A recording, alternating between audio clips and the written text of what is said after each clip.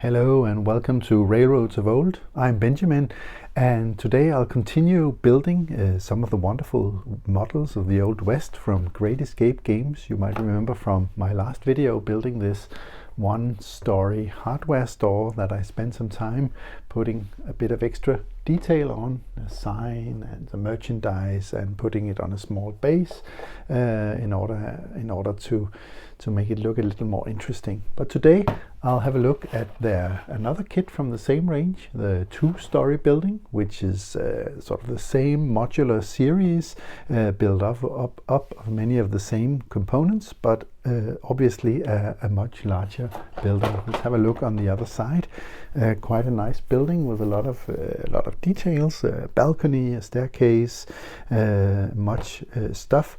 So I think I'll give it the same treatment, put it on a base, and see what kind of building it ends up being. Welcome. The kit is made for wargamers, so it's a relatively straightforward kit. You simply put 4 walls and a floor together, and then you get this basic box that can be a one-story building or two-story building or even more, with just a few extra details. Here I put together 2 boxes for the 2 stories, and then it's very quick to make it into the finished building. The building is designed to be taken apart by gamers who need access to the interior. I'm not sure I'll be gaming that much, so I think I'll probably glue something together to make it more stable and able to detail more, but it's very clear that it's designed in order to be taken apart, put together again and again during a game, which I think looks very nice. I made a few changes to the kit already. One of the things is this false front. In Western movies and model building, it's usually a very tall false front, and I often thought about, well, what about this windy prairie or desert? Doesn't it blow apart eventually? And I noticed, looking at old photographs of real frontier towns of the Old West, that yes, usually they are not that high, the false fronts. They only go to sort of, their purpose is basically concealing the normal roof, but not more than that. So I cut off a bit of this false front in order to make it a bit lower, and I think that'll look a little better. Let's see, I'll just place the roof here, and then the false front on top, and then we have a very nice building, but not quite as movie-like as before. Another change will be how the roof is constructed. I think the idea is that every story is separate, including the roof, where you then build up with these triangles and then place the roof like this. And you have a completed roof to take on and off, but I think I would like the opportunity to make everything appear a bit more like one building, so I think I'll cut this one open. I did the same with the previous building, simply cut along in here to make it open so it can be glued on, and then simply make the roof itself removable to gain access to at least the upper floor. So after a bit of cutting, I separated this floor and ceiling piece. So now I'm left with just the frame, which I can fit on top of the building like this. And that means I can glue on the false front to make it stick very well together. I don't like if there's any holes or things, especially in the front. It's it can be very visible.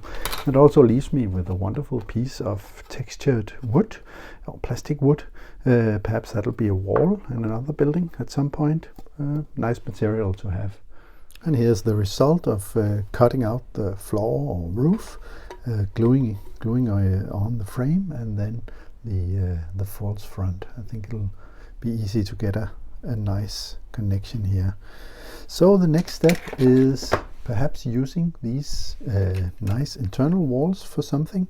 They fit quite nicely this way to separate the rooms, but up here, since I imagine this will be a hotel building, I think I'll use them in another way, something like this, in order to create 2 rooms on top on the first floor, on the top floor of the hotel. So back to cutting some more. So the building will be a hotel, but it will be a quite small hotel with only 2 rooms. I cut the wall to separate down the middle. So there'll be imagine there'll be a small room, an expensive room in the back, and then a nicer room in the front with access to the balcony. But since I'm building sort of an interior, I'd better add some doors as well.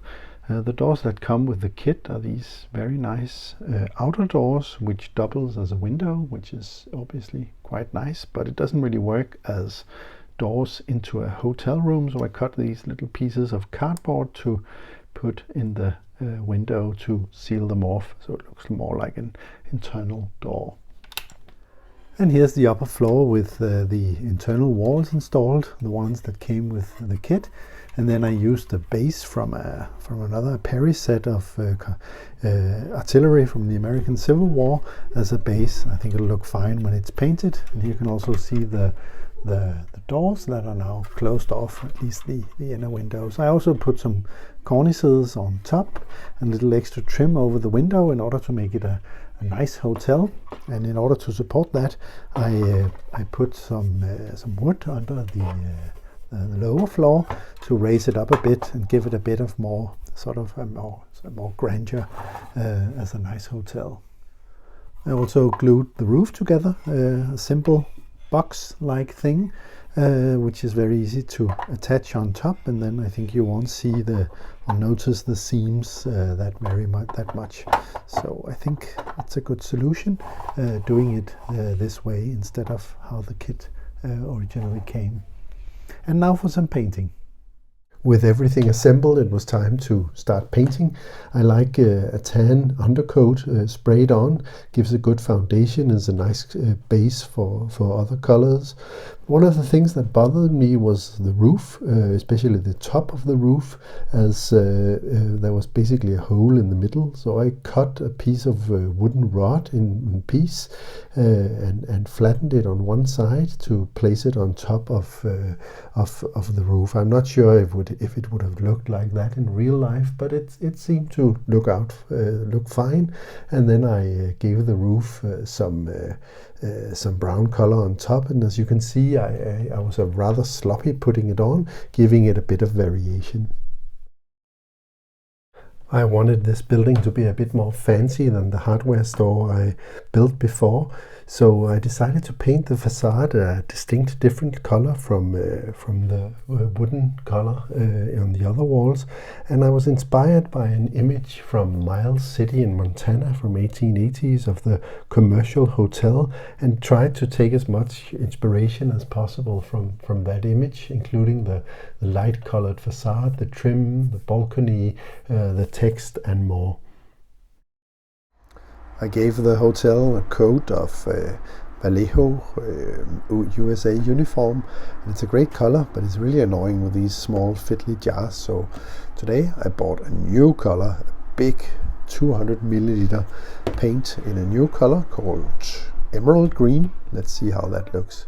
Another small change I made to the model was how the balcony is situated. In the kit, it's supposed to be on top of the boardwalk, but I thought it looked a bit unstable placing a heavy balcony on top of such a flimsy boardwalk. So I cut a bit of the boards, so it sits a bit. The boardwalk is a bit closer to the building, and then I enlarged made the supports a bit longer using these strips from evergreen, 3.2 millimeter square strips. They fit pretty much perfectly onto the supports made by Dead Man's Hand, and now the balcony can sit flush with the door up here and be resting on the ground underneath. And as you might remember from earlier, I made this change because I raised the building a bit by adding some wood here at the bottom to make it a bit taller after I cut down the false front. So now on to a bit more painting.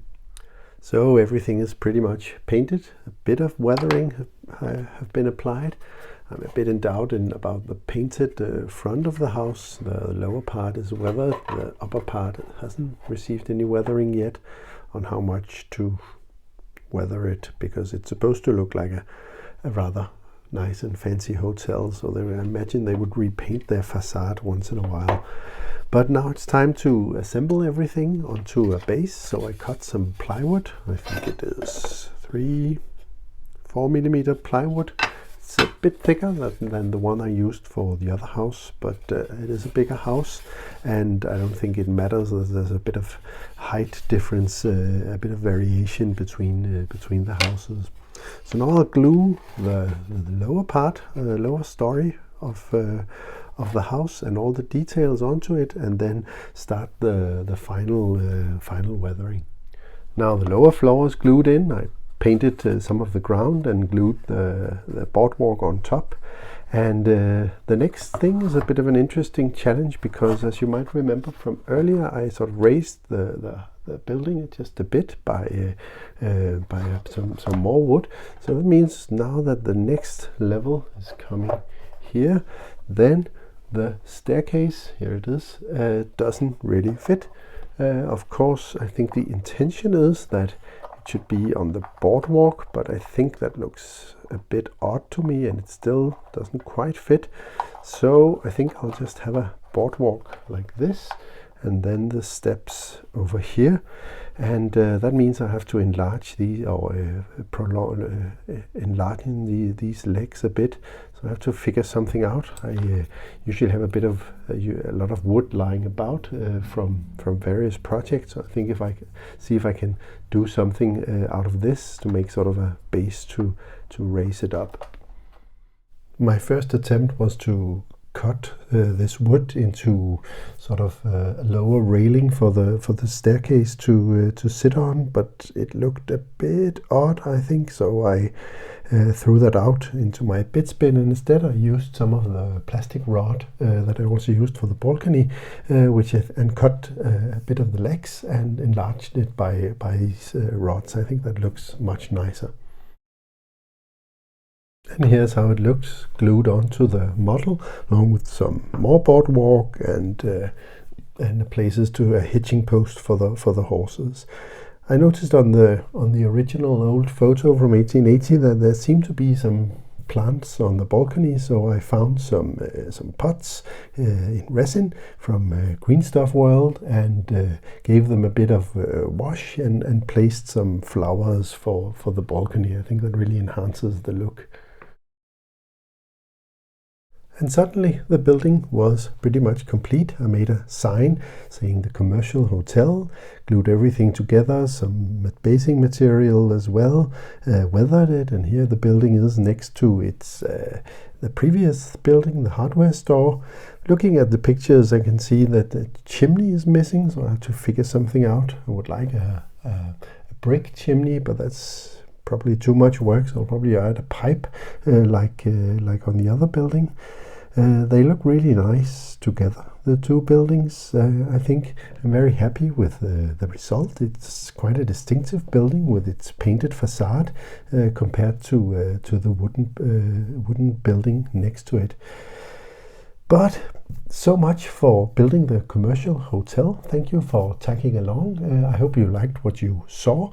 If you did, then please give the video a like and consider subscribing to see more updates from the Old West and railroads of old and much more. Thank you.